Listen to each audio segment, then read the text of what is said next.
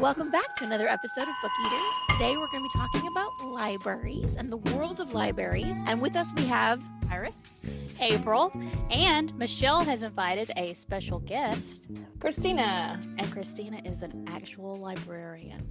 That is just true. We have got some professionals on the show. We're legit now. We're legit. We're totally legit. We got a librarian. So we're going to start the show as we always do with our signature drink. And today we have the sushi slushy, or some people may choose to do it up. And then we've called that the shh up, which is pretty close to, you know what it's close to. It's going to contain limoncello, gin, ice, orange juice, and frozen cherries in a blender. And I'm going to say that I'm really enjoying this drink. Same here. Cheers, everyone. Cheers. Yeah. Cheers. Christina, what do librarians say when they toast? Hear, hear. Read. Read. Leer, leer. That checks out. That checks out. Or you could say, here's to the due date. Or you really can't normally drink with people when you're talking about due dates. Or that's right. Or don't get fined. Yes, there we go. That's what I was trying to come up with one that was about like return your books on time or else. Okay, well you can totally take that back to the library secret meetings and let them know. I bet you they have you guys have like dark rooms where you sit back there with like your cocktails and cards. Yeah, you just need to cite your references so that they know that it came from me. Okay.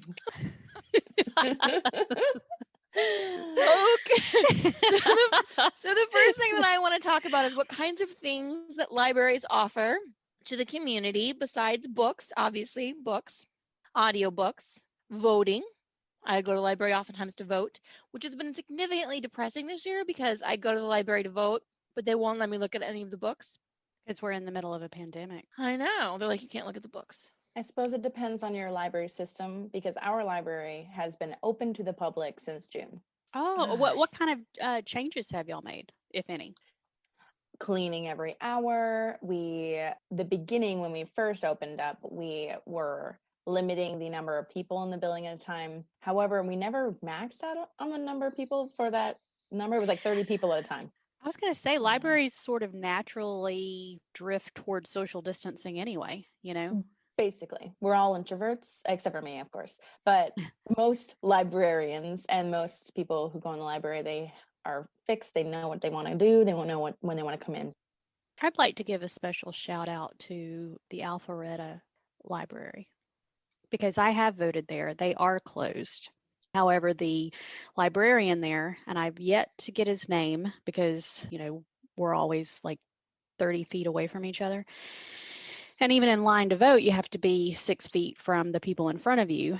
And he has been so great because he's a librarian, but he's helping with the voting.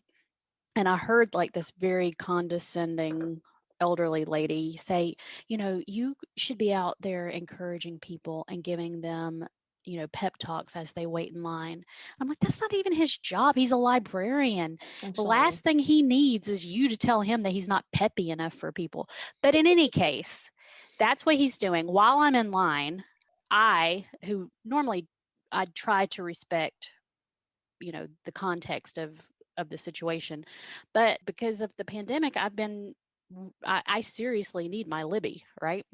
Yeah. Because unlike Michelle and Iris, I don't use Audible. I get all of my books from the library system. So the last time that I tried to use Libby though, and I know that my hoopla is just a step behind that, it wouldn't let me. It said that, I needed to see my librarian. And he was easily able to say that it was probably because during the pandemic, my library card had expired. And he fixed it for me right there while I was in line to vote. Do you remember when we went to that podcasting class in the library downtown? Yes. Somebody fixed my library card there too.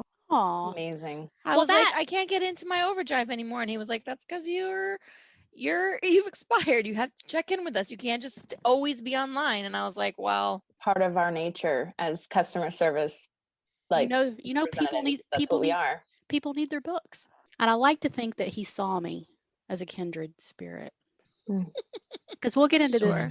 We'll get into this later, Christina. But from the time that I was in second grade, my number one dream job was to be a children's librarian. Oh. But we'll get into that later. I would be interested to know what sort of services libraries offer, because there are the podcast classes that we went to at the Wait, they have library. classes, right? I went to a blood drive at a library. Yes. What do you think, Christina, has changed? Because I know there's a lot of things that the library does now that they did not do when I was a child. How do libraries adjust and recalibrate with new technology and, the changing world? So the library system I work at, they have a library trainer and they have an IT department. They have all these different departments. So that actually, and a pretty decent budget. So a lot of it has to do with budget, because there are still some rural libraries that don't have all of these things. They might have one computer for a patron to use. Oh, So wow. it all depends on where you're living too. So this isn't a reflection on all libraries. This is my response is just a reflection on libraries with big budgets and big staff. So I think we have upwards of 150 employees, somewhere in there, which is a How, lot for having 4 libraries. how are Yeah. library budgets decided? Because it's not really by the taxpayers, right? Is it like the city council decides, or? Yeah, there is a library board. And so the library director brings all of this material between her and the deputy director and the HR team. I mean, there's a collaboration effort on the budget. So it's kind of been the same every year. So they've been able to kind of add to it. But with the pandemic, it's so crazy. There's needed to be a lot of adjustments, especially because you don't realize how much cleaning products cost. Yeah. And how many we're using, and then you think about, well, how many didn't we use before the pandemic? You think about, like, how dirty was our library?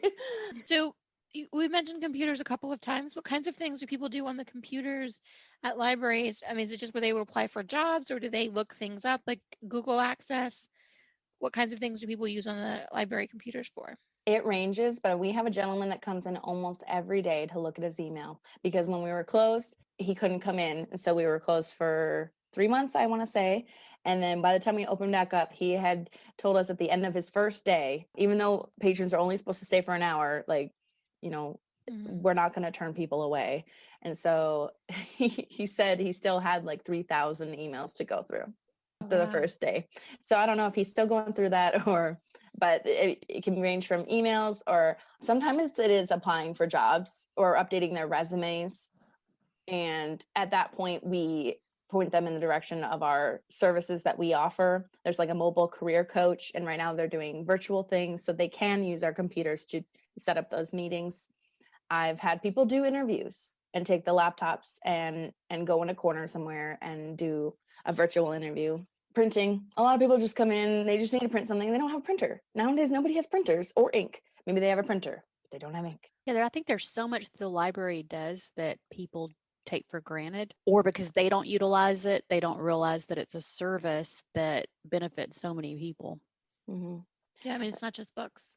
Yeah, and another thing, so if they don't have computer access from home, there are many e-resources that are on our website that they can use. But of course, if they don't have that at home, they have to use it in the library. But you can do all of these things from your home if you do have computer access. And so some things like tutor.com is free, normally like $60 a month. But if you have a library card, then you go through the library website and you can submit papers, math questions, SAT, ACT prep, all of that. Lots of resources for getting jobs and applying for jobs and interviewing. Genealogy, especially, that's a big one. Oh yeah, because everyone does that, spitting in a cup and sending it off to companies to tell them. How do they use genealogy through the library? So at least through our library, we have access to ancestry.com, and that's the main one. There are other ones that are more geared toward local history as well, which are very interesting. And there's so many people who are interested in history and learning about their past, but also the local areas. So yeah, that was something actually we were interested in talking about as well, is geographic locations and if there are differences. Because I mean, I know Iris and I have both lived in different cities and different places, and you have too, right? You're not originally from Correct. the area. Have you noticed that in different geographic locations, there's like some societal pressures in communities to have different types of books, or that there are books that aren't allowed in some places, or even types of programs that are in one community that wouldn't be in another?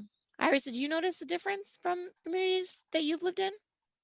There's when I was living in Mission Viejo in California, you had different types of groups of mothers. Some were pretty open. They wanted their kids to experience, they didn't restrict the type of books that were available. And then you have parents, because you're down, there's an area in what is it called? OC, that there's a pretty heavy duty Bible belting, Bible thumping group of community, and they just like smother their kids and shelter their kids. I'm lying. They shelter their kids, and they don't believe in violence till they're a certain age. So if any books show any type of violence, they restrict those, and they even go as far as to have these protests in libraries that allow them. Oh, wow. Because I would think that libraries wouldn't care. They would just have the books, and correct. And you could get them if you wanted them or not. But the parents would be the ones that would have to and monitor you have to with go their through children. a process to get to ban books. There's a long process to ban a book, and it has to be approved, at least at our library, by the board. And so they still ban books? That's still a thing? That is still a thing in certain libraries. But again, it's such a tough, long process. Kind of the conversation is, I don't approve of this book. I don't want this in the library. Okay, I understand your concern. Would you like to file a formal complaint? No, I just wanted somebody to hear me say this. Or you have parents who say, I just donated to the library X number of dollars. If you still want to keep my donations, I'm requesting that you do remove certain books from your. So we could donate personally to the library if we wanted. Absolutely. And you can become a friend of the library. It's like a term. It's like a real. I am a friend of the library. Oh, fancy. Christina, can you think of a book in the last 10 years that really had a lot of people wanting to start the process for banning it? And it, or do any books cause that sort of visceral reaction nowadays? Or Harry Potter still does. It's really so fun. Harry Potter still does. I do have some patrons who do refuse to let their children read it, even though it's fiction. And that's the number one thing that I say. I say, at the end of the day, it's fiction.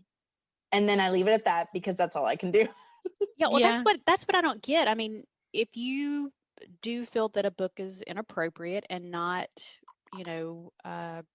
portraying the types of values that you want your children to learn about, then don't check the book out. And don't let your kids do it, yeah. Why do you feel the need to ban it and say no one should be able to read it?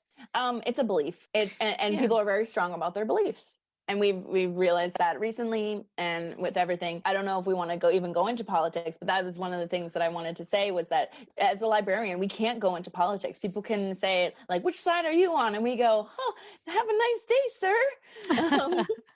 We cannot talk about politics.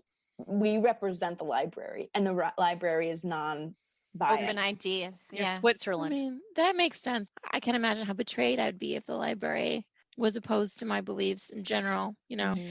Well, no, but I mean, who looks to the library for validation? The library should be the most neutral, unbiased, just we sort are of disseminators of information. Exactly. That is what we are. You take that information in and you interpret it for yourself. I have also another statement on that one. So in when living over there in the West Coast, a lot of safe havens for kids to congregate. Instead of community parks, they have the libraries where they allow their kids on their own to meet other friends. And so having access to books while they're there that they feel go against their beliefs is, one of their biggest concerns. I mean, I think that at some point you're going to have to just trust your kids. You know? Eventually, your kid is going to move out, and You're then gonna your have kid to, yeah. might read it because you told them not to. Right. That is the biggest thing. I would like to say something. Oh, well, please do. I would like to Oh. listen. So, thank you. So I, as the only one among us, I have only lived in Georgia. I have moved away from my home county, but it's still 60 miles away. So I grew up in a very rural community, and yet I would say the librarians of my youth, from elementary school, primary education, all the way up until in college, the librarians were probably the most open, safest place I ever saw. So it's interesting that people, California, they're probably such free thinkers out there, and yet Iris experienced a sort of shrinking window of acceptance. And libraries here in Georgia is where I felt the most acceptance. I never once felt like my librarian wanted to stifle me. They only encouraged me to branch out more and more in what I was trying to learn about, whether it be religion or philosophy or opera. Okay. I think that's the difference between the patron and the librarian. The patron as the person who comes into the library, and the librarian, very different. So I understand like the experience, what Iris experienced. What did you experience, Iris, with the librarians, not just the patrons? Oh, the librarians, no. I mean, they were really open. They were very much connected to the community. They sponsored all kind of events, especially with schools in the area. I have to say it was really good. They had a good vibe of the community. They Mhm. really did. And it's different what I experienced in Mission Viejo. And then when I moved to Palos Verdes, night and day. Parents there, you have doctors, lawyers, scientists, and they're like, yeah, my kids are going to be open and they're going to understand. I mean, it's just a different mindset altogether. And so it just depends on the community and who's living and who has the most voice in that community, I think. But the one constant is the librarians Yes, providing and I have to an say they have the atmosphere. they have the toughest job to mediate between all the different groups. They do. Librarians, I feel like, are, and people say it all the time about healthcare workers and first responders, but I feel like librarians are like the bastion of Right. progress and acceptance and true seekers. You know what I mean? Yeah. And I mean, they did make a superhero show about librarians. I know, I wish as it well. had been, I wish it had been better than it was. Keep it down, Bruce Lee. It was very good. I have very exacting standards. I still haven't seen it, and I'm the It wasn't, librarian. it wasn't very good. It was wonderful. You know I what? feel like if real April says librarians- it's not good, then I'll watch it and I might like it. But if you tell me it's good, I'm probably not gonna like it because I'm that way. Like I can't do a hype. So Oh, I'm the same way. Like I love this band, and then as soon as other people find out about the band, I'm like, God damn it! Now I can't like them as much. That's what happened to me and the Avett Brothers. So let's talk about our favorite memories of libraries now. I know that my high school years, I lived in the library because I did debate prep there because we didn't have computers when I was in high school because I'm old. And so we wanted to get information that we needed to make arguments. We had to get quotes from stuff. We would literally spend like hours in like the microfiche, like looking at things and then like making copies of them and in books. And then librarians would order books for us. Like we would tell them like, okay, next semester the topic is going to be X, and then they would go and they would find us these things that we could read. And we like literally, I remember like I'd probably be like 16 hours a week at the library. And it was a safe place, and they would give us like a room in the back where we could talk and cut articles out and paste them onto things. And it was great. I have great memories of the library. That's fantastic. I have great memories as well. Yeah. Are you going to tell us some? Yeah, I would like to talk, and I'm going to say right now, this is what's sad. I can't remember her name, but she was the librarian at Eastside Elementary School back in the 80s. And I don't know if they still have them, but do you remember the Scholastic book fairs? Yes. And before the book fair, and before the book fair would come, you'd get like the little catalog, the little paper catalog. Yeah. And I never had any money, and I would still read the catalog, and I'd circle all the books that if I had the money I would buy. And then my friends who did have money, I would try to like influence them, because I knew that if they bought them that I could get them secondhand, you know. And when they had the setup for the Scholastic Book Fair, this librarian would let me come in and help set up. And when I was helping to set up, she would let me take the books and go sit in the corner. And if I could get them read in time, I'd get to read them. She was amazing. She was amazing. And then she also somehow convinced the powers that be that I should be let out of class so that I could come read to the kindergartners.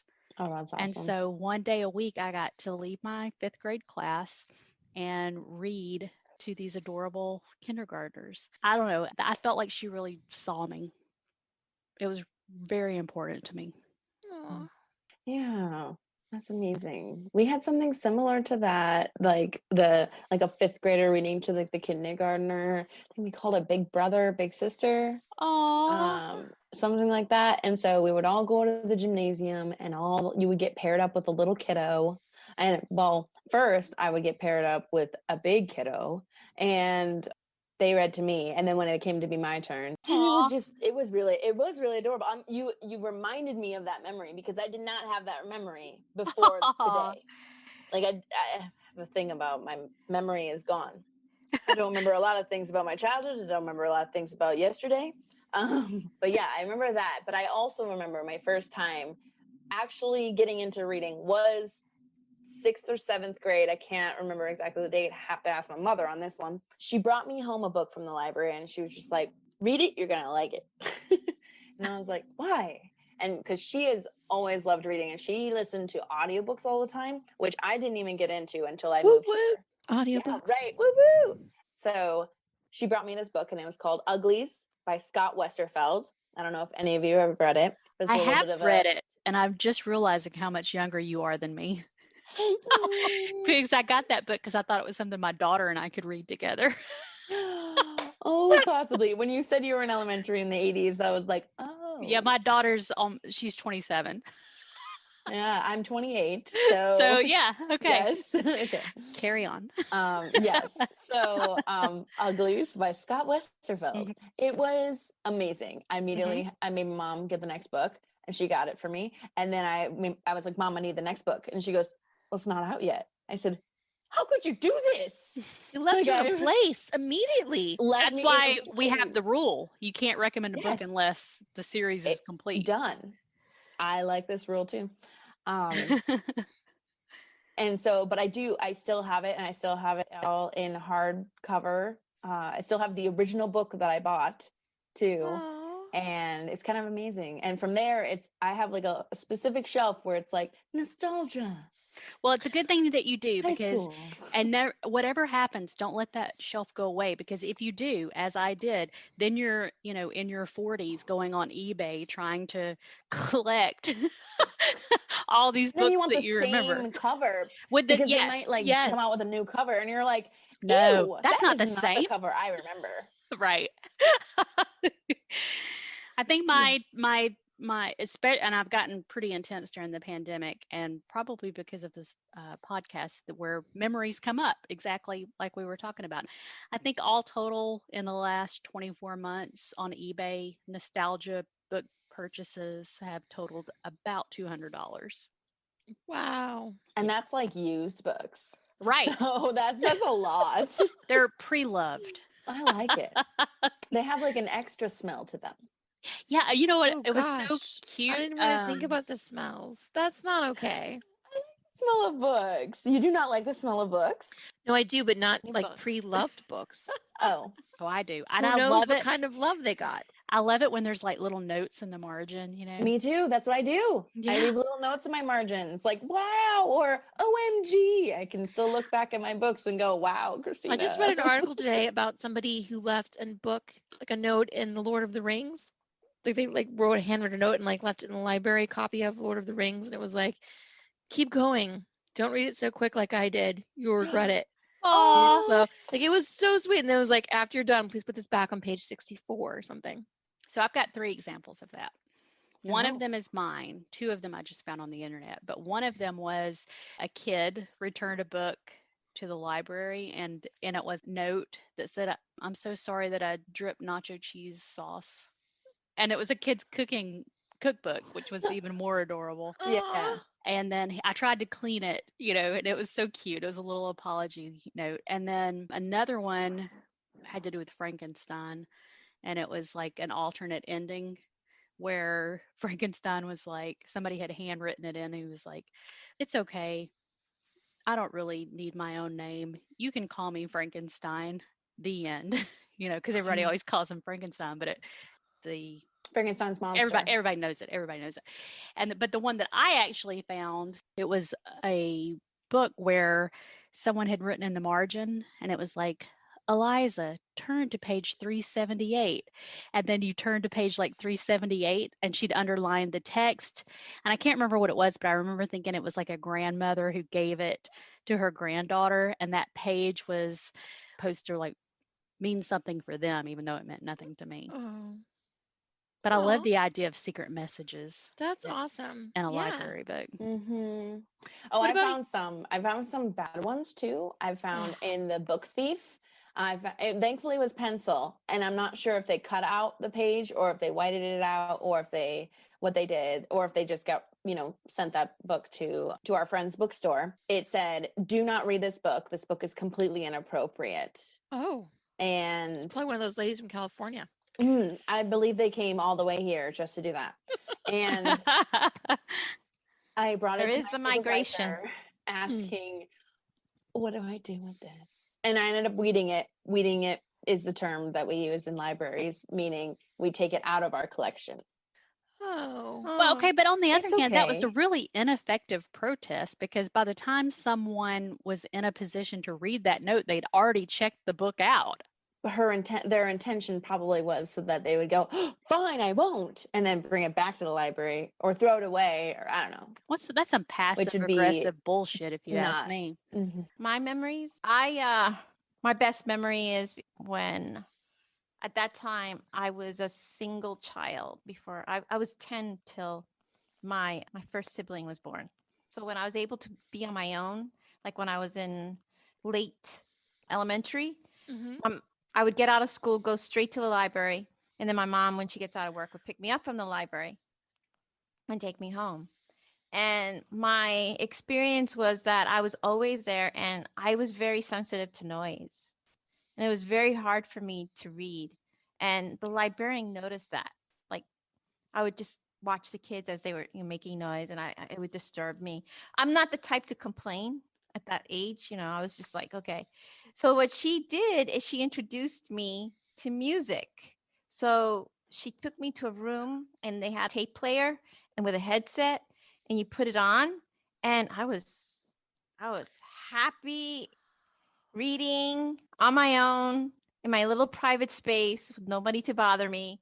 And it was the best experience ever, to the point that all of a sudden my mom and my dad for Christmas got me a record player. And that's because she told them about that.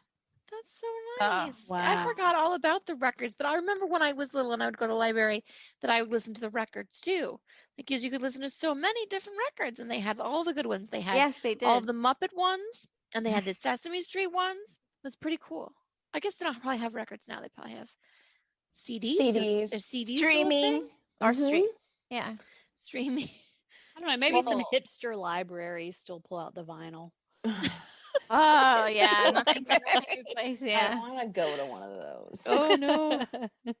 There's beanbag chairs and They say that that's like a new trend the shusher is going away. And now, because I'm in library school right now, and now that is what is hopping. There are so many hipsters, and we don't call them guy-brarians. We call them dude librarians or male librarians. We don't call them guy-brarians. I'm just going to tell you that right now. If you ever thought about doing that, never do it. But why I just feel isn't like I librarian should. sort of like a non-sexual term? Like, is it not female or male? Yeah, but exactly. So, but they call them, like, there's certain people that call them guy-brarians. Don't like it. And nobody likes it. Like, the guys don't like it. So anyway, that I just Librarian. wanted to put that out there for everyone to know. Don't do it. That's exciting. We should make a T-shirt out of that. The Don't problem call him a is guy-brarian. the problem is that I didn't know. It's like when you see a button and there's a sign that says "Do not push." Now I feel like I need to go back to the dude that helped me in the voting line and be like, "Hey, Brarian, I Yeah. see you." Why would you be mean to him? He was nice to you. It's not to be mean. It's to it's the sense of humor thing again.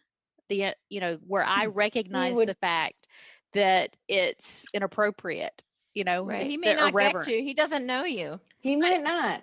I feel like he does know me. I feel like we had a connection. They're kindred spirits.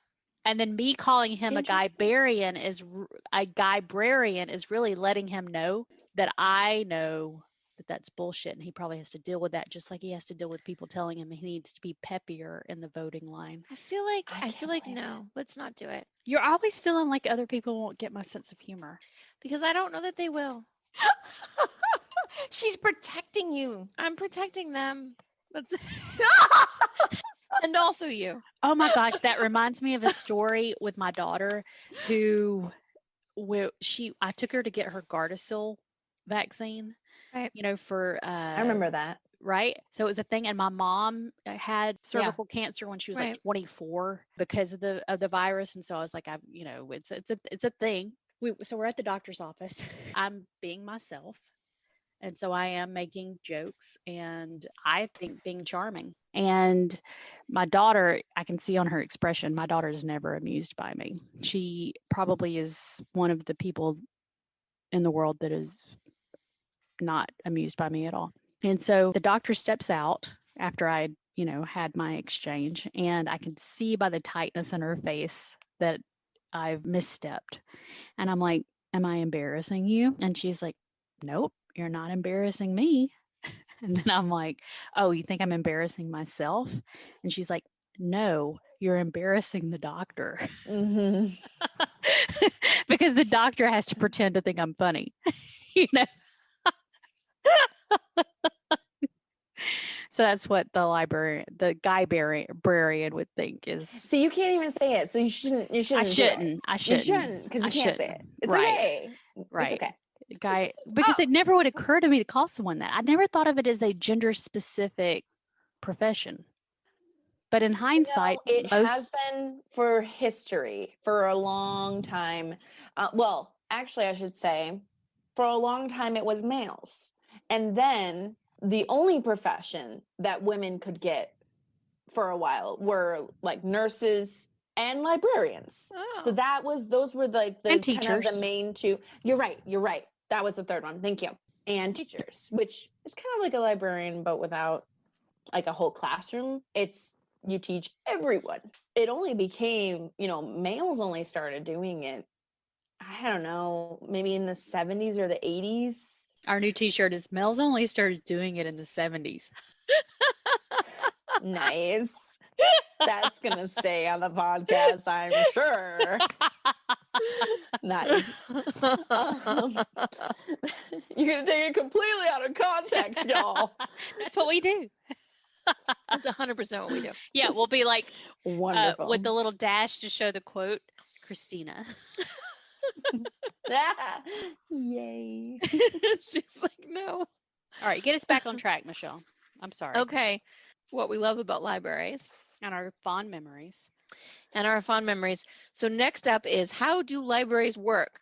So how do you decide what kind of books to get? Like whenever I go to the library on my phone and I look for a book and it's not there, it's like, you can recommend it. And so then I'll recommend that book. But then like only like maybe like twice have they bought the book later and then been like, hey, that book is now available. Oh, that's terrible. Ours do it almost every time. Oh, I'm so I so just live in the wrong sorry. county is what you're You saying. do. You should move because of that reason. Because yeah, I'm like, how do you decide what books to get? Because I'm always like, get this one. I want this one, and then they never get it. And then one time they were like, you can get this as an ebook only, and you have to go to, and they sent me like Amazon. No, okay, that's exactly what I was about to say. Because of Amazon, and I'm a little testy about this, because of Amazon, libraries do not have access to certain audiobooks and certain ebooks. That's right, because of this specific contract that the person has made with Amazon. They can only put it on that platform. That's why we can't get them on Hoopla and Overdrive and Libby. Correct. So you are correct. There are times that the library can't get certain things, and then I do get a little sad when I do get that email, and our library is transparent about it, saying that specific title is only available through Amazon Audible for whatever reason, and it's not even an Audible original, and that's what's really frustrating. Yeah, because they give them a higher cut if they do that. So like when an author does an audiobook, they can sell it to Amazon or Audible and then take a certain cut if they want to sell it in other places. But if they say that this is the only place that I'm going to sell it, then they get more of a cut of those sales. So that's how they get you. Even if it's not an Audible original, if it's an Audible exclusive, right? It's because they've given that author bigger cut. Yeah, that's what's unfair, I mean, because you want to support the author too. Well, I mean, to be honest with you, if I want to listen to the book, I'm going to buy it on Audible, if that's the only way I can get it. Yeah, how do you support the author and the library at the same time? That's what they're forcing us to choose between, and it's not fair. Hang on. Though the libraries, you have to purchase the books, right? We do. And we don't even just purchase one copy. Like between 4 branches, we might have 6 copies. And then it only lasts, however long. Let's say the first person water damages it. We're going to replace it and buy another copy. So it's more wear and tear. The lifetime of the book. Do you have to replace it though? Because as a patron, if reading a water damaged book means that the library saved a little bit of money, I'd be okay with that. You pay for it because you damaged it, but the library replaces it so that Joe Schmo over here can read it next. Yeah, but I'm saying as Joe Schmo, I would rather you pocket that money and I'll just read the damaged copy. I don't care. But libraries also have to pay more for the books than I do, right? So like if I can buy a book for $12, the library has to pay more than that for that same book. I believe it's a little bit more. I don't know. Ooh, like Canadian dollars? Because on the back of the book it's like $14.95 in the US, but it's like $17.95 in Canada. And you're like, what? Yeah. Poor Canadians. Yeah.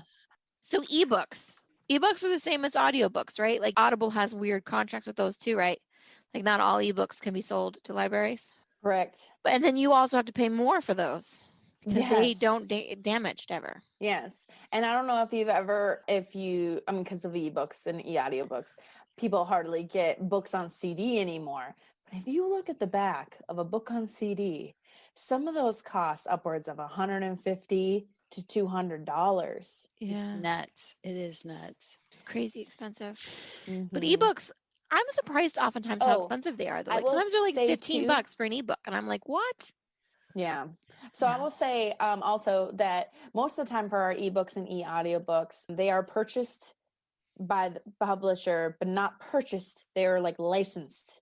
So they only have, let's say, 20 licenses, right? So you can lend it out 20 or one license for 20 checkouts.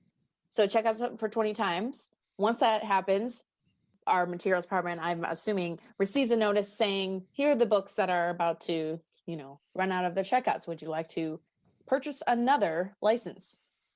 So it's for audiobooks and ebooks, it's kind of the same thing as a regular book would be. After about 20 times of being checked out, it might have some wear and tear. So it's time to get a new book, which, going back to what we had talked about before, those books do, like if they're in decent enough condition where they're just really rough, maybe pages are torn, maybe a couple stains, they will go to our used bookstore, the Friends of the Library, bookstore. And so they are resold and repurposed. They're not just chucked. However, if there is water damage, and I'm going to tell you this, and you're not going to like it, but if you get water damage on your books, water damage can cause mold. Water causes mold, right? And if your books get moldy, mold decides to be friends with your books next door, and it'll migrate to your other books. And it creates a smell. But people don't put their library books on the shelf. Yeah, but the library does. The library does. But if you buy a book, and if you water damage your book and you put it on your shelf, you are contaminating the other books next to it. And the bookshelf. I cannot imagine what people are doing to books to get that extensive damage. The worst that I have ever done is dripped something on it. Well, things people happen, read in right? the bath. People read in the bath. People read when they're at the pool with their kid and they're right next to the pool, which is not a smart idea. But I've done it where I'm 10 feet away from the pool and I'm still freaking out oh my gosh, this is a library book.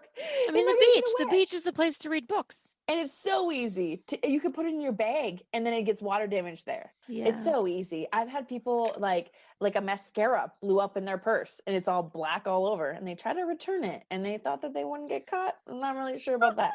No. That's what I don't understand. If you damage a book, why are you trying to get out of it like a parking ticket? Whatever money I give to the library is money well spent. I don't care what the context is. And there are patrons who think that way, and it is amazing to see here's my monthly donation, haha, as a joke. And they're actually, they're okay with it. And then there's the people who fight for that 40 cents. They're how much do they charge you though? How much do you get charged for if you're, because see, I check out books only on my phone. So when they're due, if I haven't returned them, they just take them from me. They don't care. They don't care. Nice. They're we're taking it from you now. But people who have the books in their hand, they have to give them back or they get a fine. How much are the fines? It depends on your library. However, my library, it's 20 cents per day per item.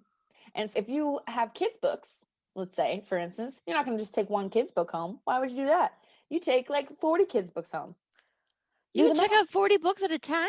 You can check out 75 if you'd like. Oh. That's an interesting question. Who do you feel utilizes the library more? Is it parents? More it's for young kids? Oh yes. You'd be surprised. So we recently had statistics that were compared from December of 2020 to December of 2019. Y'all remember December 2019? It was about to be 2020. That was a great year. We were all so excited. It was amazing. And so looking at the statistics, astronomically different for programming and for checkouts and for visitors, computer users, astronomically different. I felt oh wow, we're actually getting a lot of people here. Maybe 10%, of people are coming to the library right now. And that's a lot to do with parents are keeping their kids at home because they're not going to go to the library because there's not a program.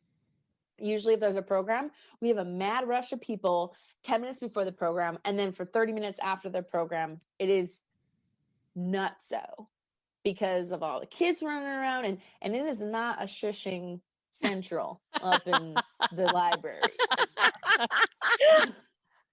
There's no shushing. Just no shushing. Just no kids running amok. Oh, shushies. Shushing slushies. Wow. Yeah, 2020 definitely everyone had to recalibrate what they thought the year was going to be.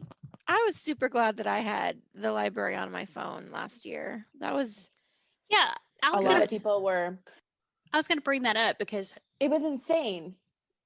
Hoopla's a little different because with Hoopla, it doesn't seem like there's no waiting list, right? It's either available or it's not. So what's the difference between Libby and Hoopla? Because with Hoopla, with Libby, you get on a waiting list, but you can be on as many waiting lists as you want. With Hoopla, no, not as many as I want. I have 10. a limit. I can only be on 15 or 20 waiting lists. I've never reached my limit, but with Hoopla, I can always get the book immediately, but you can only get 10 a month. but I Oh. never use that many. Rarely does it have any books I want to read. That's for me. I mean, definitely I go to Libby first because the main thing that I like about Libby is that you can swipe and it'll go back, and not many apps do that. Yeah. I never do ebooks on Hoopla. I only do audiobooks on Hoopla Same. because you can't read in like your normal e-reader app. You have to read it within Hoopla, and it's cumbersome and I don't like it. But what I like about Hoopla is there is no waiting list. You get it immediately. Well, so is it because they have multiple copies, or is it like one at a time, hit or miss? It might be available or it might not. I mean, I feel They like either it's always have it or they available. don't. Yeah, I think Okay. maybe it's like what you said, they order so many licenses and then they reorder. So yeah, So because like they some could of probably have ours- like 30 licenses at a time, and then they can just lend that out 30 times all at once. Whereas with the library, they only have one license and you have to wait, because it'll tell me, it'll be like, you're number 15 on 4 books. Your wait time is 20 6 weeks. months. And Yeah. I'm like, great. And then I always get in line and then forget about it. And now they have this thing where like it'll show up and it'll be like, all right, now your book is ready. And then I'm like, I can't read it right now. I'm in the middle of something. So then they're like, oh, you can defer. that's I in love Libby. that. That's Yes. in Libby. That's I in can, Libby. and Overdrive Yeah. does it now too. I don't know how Libby by Libby. Overdrive. It's called Libby by Overdrive. Yeah. It'll let me defer now, which is so great because I never am ready when they're ready for the book, especially if it's a Same. book that I had put on hold like a year ago, which is Yep. usually what they are. And I'm like, I'm not ready for that. And you can defer it by 2 days, or you can defer it, 2 deliver weeks. later, Yeah. 2 weeks, or Yeah. 7 days. I Yeah. mean, any amount of days, 60 days. If That's you're cool. like, okay, far in the future, I Well, want to even read when I that. was doing the audio for the Audis, I didn't have time to read anything. For like 60 days, I only could read audiobooks. Yeah, I So feel I your- had to defer everything. I feel your pain since I'm in my Mm-hmm. Now you're doing the Audis books. You know what it's like to not be able to read what you want. yeah, because I had five that I had to read. And if I'm being really transparent, none of the books so far, and I only have one left, I've listened to the other 4 because none of them have been over 2.5 hours long. What? Are you kidding me right What now? are you reading? Chapter books? Are you kidding me right Nope. now? I I had to listen to 29 books. I know. That was- Nope. I've had to invest a total And then some of them What were is like assignments? 25, 26 hours long.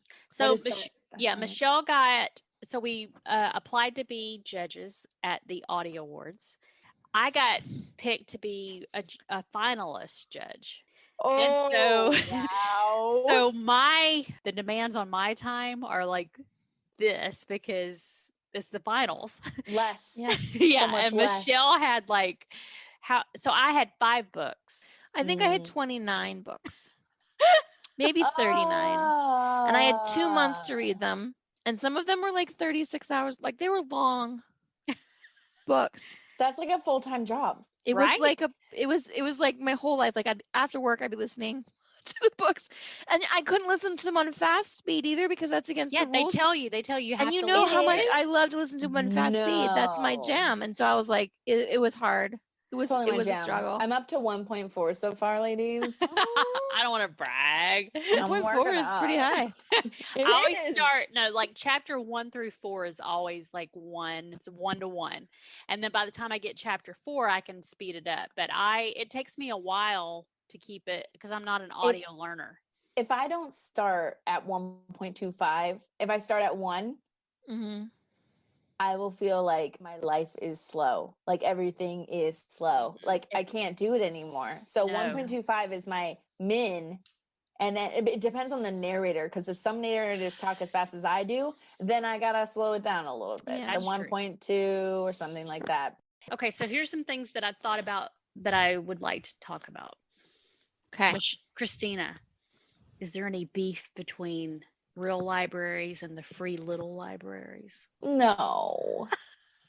Those are so cute. I want one. They're stupid expensive, but I want one. When we build a house someday, we will have one. And I think actually one of my coworkers has one herself. And every time I go there, it's like too dark to go out there to actually creep, because then she'd see me outside her window creeping with my phone flashlight.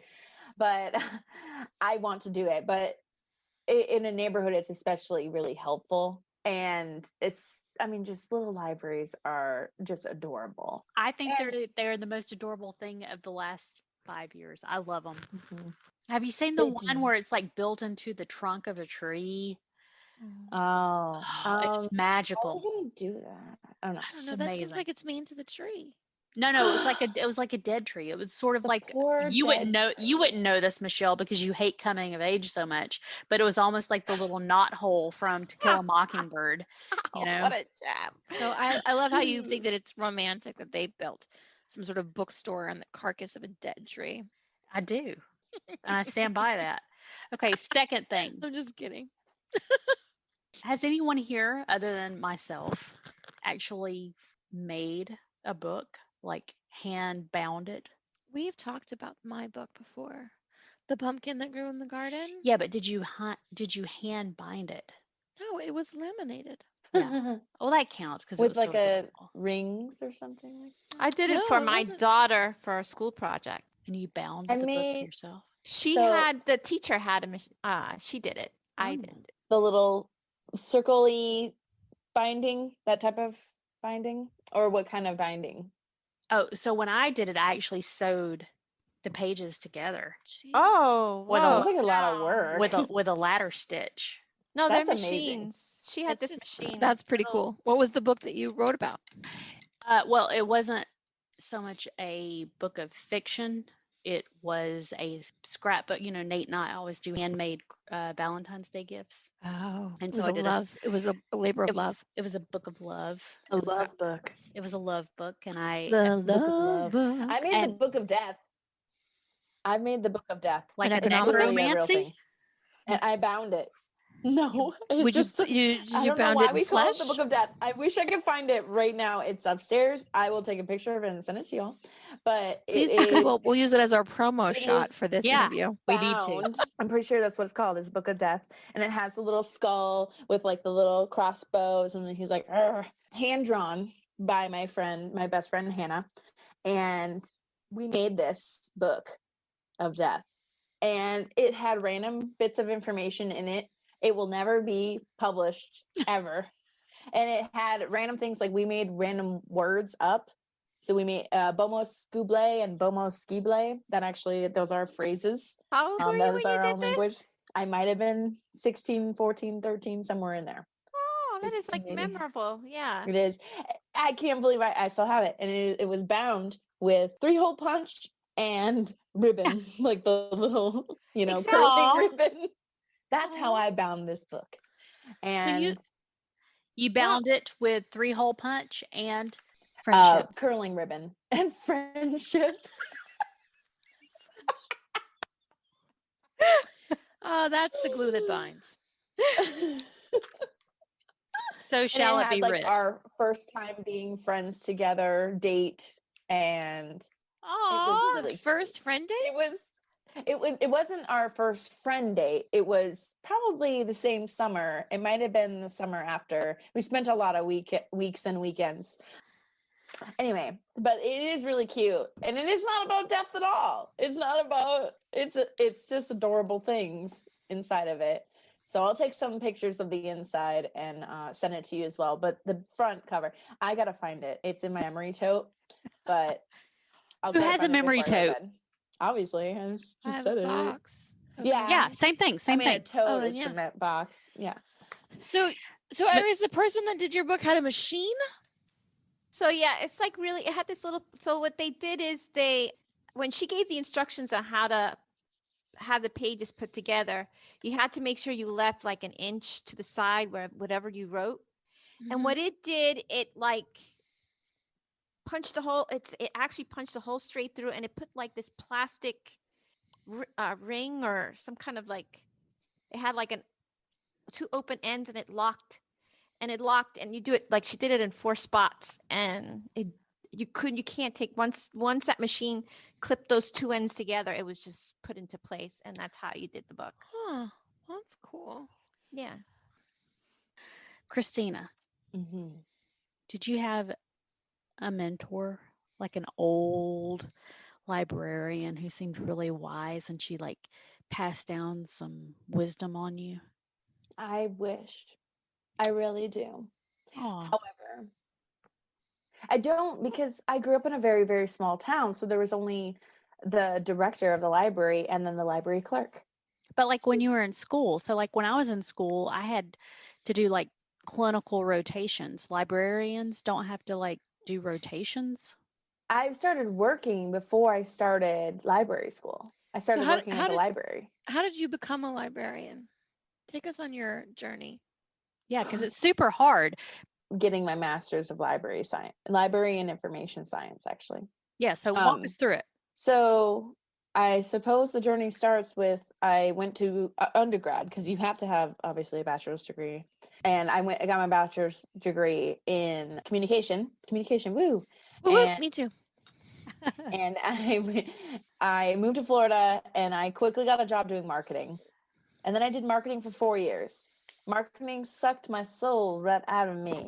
No. Yes. And so I loved it and I was passionate about it. But the problem with marketing is you can't be passionate about your job. You have to be number oriented and you have to be business oriented. And I'm just much more of a people person. And Right. so before that, I had worked 9 years of customer service. And then I'm like, well, I do remember like volunteering for the library, because my mom would always be Mrs. Claus. And so I would be one of her little elves. And then I was promoted to Mrs. Claus when Mrs. Claus wanted to retire Oh. from being Mrs. Claus. Congratulations. Yes, thank you. And my cheerleading team served as my elves. It was a big crew of elves. And so we did that as like the winter reading program. And so then I thought about that, and I saw a job opening because I was just looking for anything at that point, because I said I didn't want to do marketing. And I was going to be a teacher, actually. And I tried to, I took a test, and I'm terrible at tests. I am absolutely terrible at tests. So I failed the test by 2 points on one exam and 5 points on the other, to do middle school English, which is a huge passion. And maybe sometime in my life I will do that again.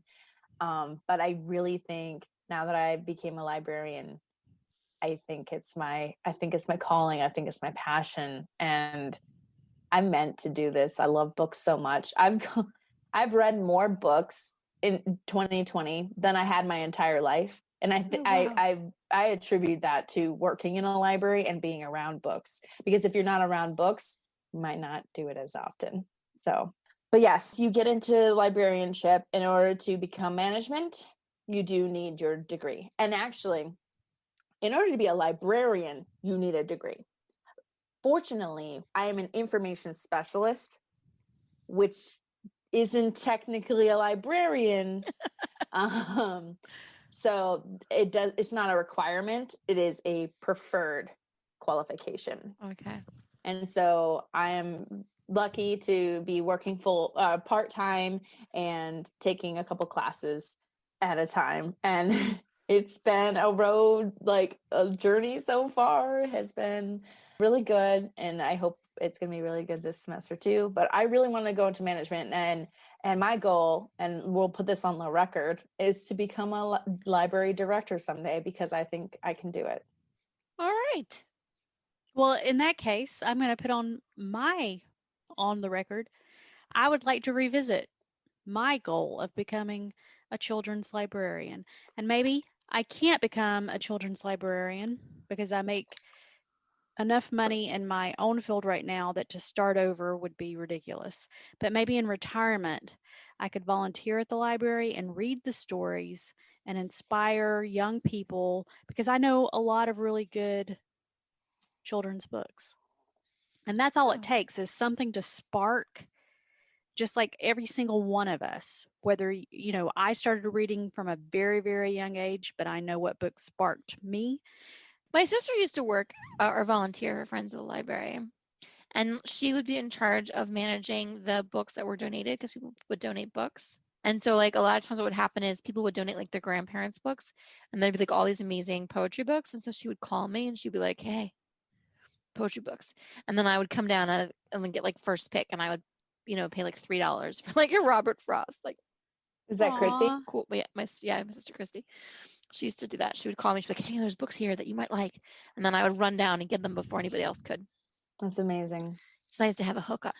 Oh, So yes. Christina, here's another library question. I can remember there were like types of librarians.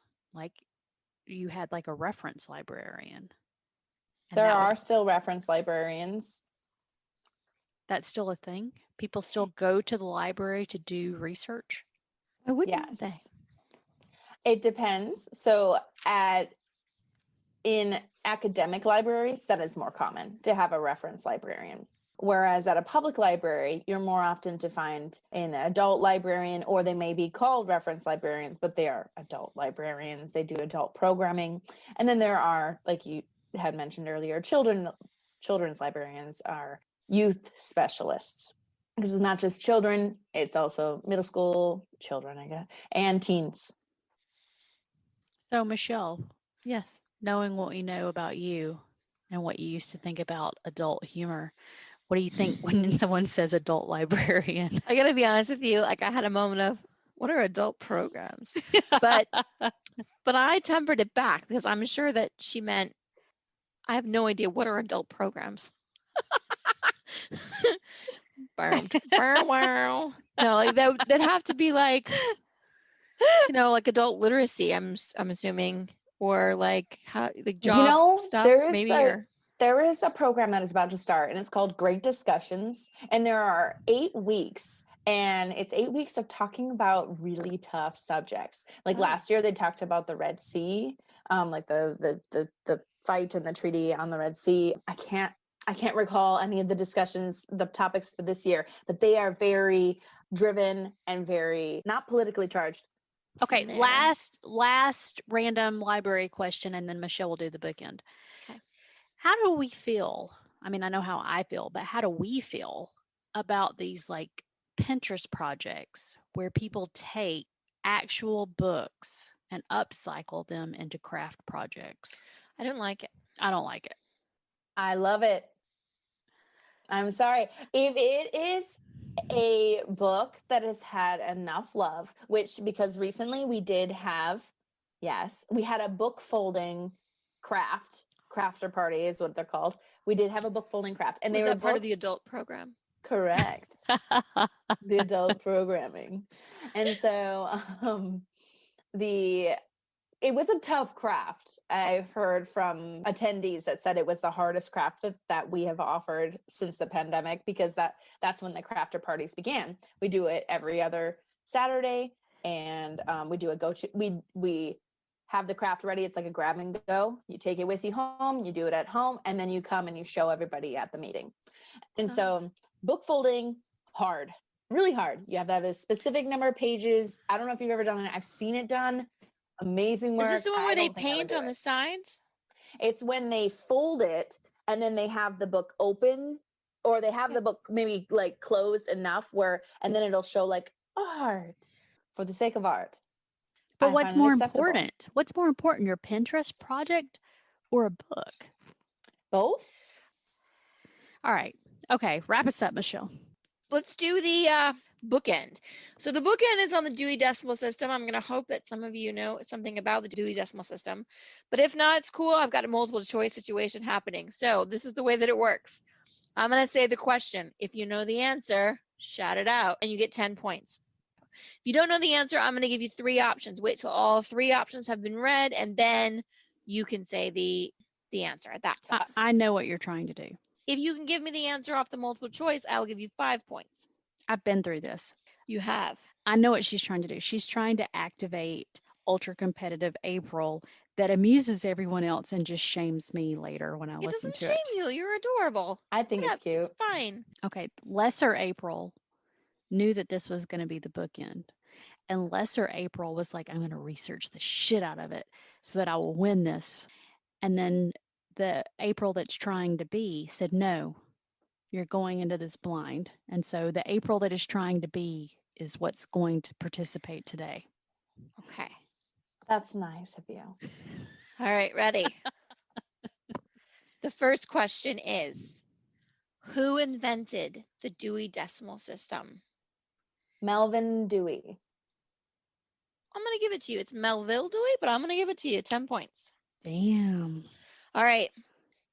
In what year was the Dewey Decimal System first published? 1842. No. 6. I don't know. No. All right. Is it A, 1832, B, 1876, or C, 1922? 1876. 76. That's correct. 76. Damn. All right. I mean, what ifs? It's cool. How were books normally shelved prior to the Dewey Decimal System? Was it A, alphabetically by title, B, by date of acquisition, or C, alphabetically by author? By author. Title. No. Acquisition. It's You not- have- it doesn't You even have to give count. it to me. You have to give it to me. Count. Okay, by acquisition, I will give it to April 5 points. Thank you. How many editions of the Dewey Decimal System are there? How many what? Editions of the Dewey Decimal System. 7. How many times has it been rewritten? No. 8. 8. No. Is it A, 23, B, 32, or C, 2? 2. C. No. 32. A. It is A. Dang it. That's All right. All right. In the 23rd edition of the Dewey Decimal System, what is the designation given to literature? Is it A, 700, B, 800. 800? What? 800s. I was going to say. It is 800s. What were you going to say, April? I was going to let you finish reading it, but it is 800 because I thought about getting it as a tattoo. 808 is like the ones that, oh wow. There's lots of literature information, and the one about Stephen King's On Writing is in the 800, and I think it's 811, but I could be wrong. The 811? Might be 800. 811. Are you Maybe- down with the 811? 808s, 811s. I think 808s, actually, I think, and you can correct me afterwards, and we can edit this out if I'm wrong. 808, I think, is where the literature is, where you can find it in both the literature section and the fiction. Or, yeah. Mhm. Okay. Agreed. Anyway, just more facts. Facts. What percentage of libraries still use the Dewey Decimal System? Is it A, 82, B, 95, or C, 16? 82. 16. 95. It's 95. Oh, I'm really happy about Cheated. that. I'm I am happy. too. You know, the 5% is actually most of them are academic libraries. Yes, the Library of Congress system is what they use in those Correct. libraries. I I was would- going to say that too. I went with the lower because I was afraid that everyone had abandoned it. No, it's With- still about. No. Who still has a card catalog? That's what I want to know. I Electronically. want one. If you guys find one, y'all better buy it, and then I'll pay you. I'll Venmo you. I want it. Okay, well, I'll fight you for it. We could share it. We could have joint custody. Oh, that'd be cute. Can I get it on like holidays and weekends? Right. Oh. Yeah. You know that's when parties happen, right? All right, this is the last question. Okay. What class designation was given to the computer science information and general works section? I know that's the section of the zeros. library that I Zeros. avoid. It is 0, 000. 0, That is correct. Zeros, 10 zeros. points. 0, 0, 0. So- Well. So April Shocker. has 10 points. Christina had 35, so she is our winner. I really hope I would. I'm the librarian. If I Yeah, it's didn't, fine. I'd be a little concerned. And the April who wants to be is proud of herself. Thank Good. you. But I'm the proud April of you. the April who is bitter as fuck. Bitter sin. Next Now time let's- you're in your library, look on the end caps. You'll probably find the list of all of the Dewey Decimal in like the nonfiction section. April, for next time. Thank you so much for coming, Christina, to Book Eaters. Thank you for inviting me. And this was very educational for me, learning all about library books. And I'm so proud of April for tempering her competitive side and keeping it cash. But until next time, check out some books. Check out some books. Come to the library. Call your library. Go to your library. Embrace the library. Give your librarians some love. Motherfuckers. She had to say motherfuckers. She All did. right. Motherfuckers.